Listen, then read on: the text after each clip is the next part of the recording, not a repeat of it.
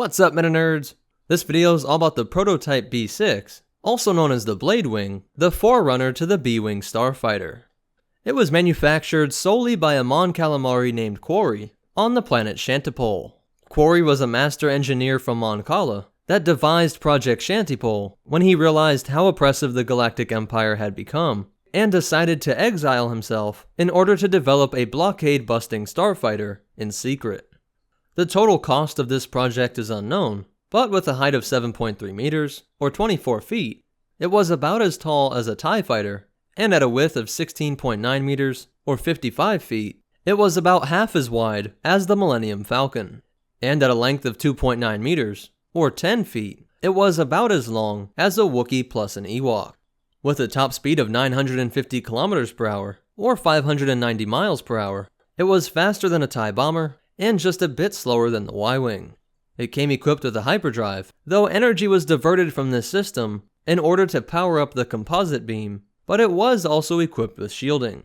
Like most starfighters, the hull was made of Durasteel, and it was designed to operate with a two-man crew, a pilot who sat up here, and a gunner down here, who would operate its massive armament of 3 Armatech SW-5 ion cannons, 2 Girl high-intensity blasters, proton torpedoes, and its unique prototype composite beam laser that incorporated focused beam energy from 4 of its cannons, making one incredibly powerful beam, tech that could be seen in the LA-AT gunship and the Death Star.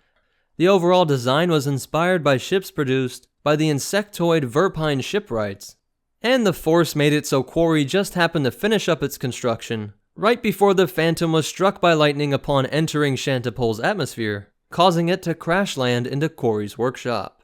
Though initially reluctant to hand the prototype over, Quarrie was impressed with Hera's skills at repairing the Phantom, and he allowed her to take it for a test drive.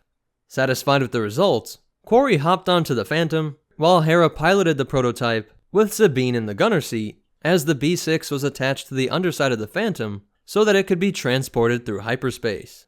This new ship was able to break up the blockade of Ibar when Hera and Sabine were able to take out an Arquitens-class cruiser with a single blast from the composite beam.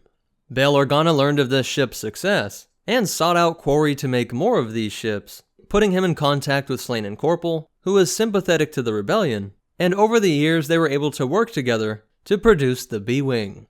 Why its composite beam was not used more often is a bit of a mystery, as it seems like it could have been a very sound tactic. Just install 2 hyperdrives, or just have a large transport that could carry a ton of blade wings, unloading their beam lasers, and then they could just hop back in the transport that could then flee through hyperspace.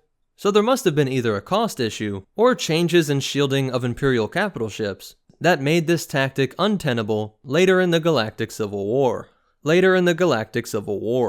So that's it for the Blade Wing, but most important of all, remember, rebellions aren't built on hope, they're built on Mon Cala engineering, and the Force will be with you, always.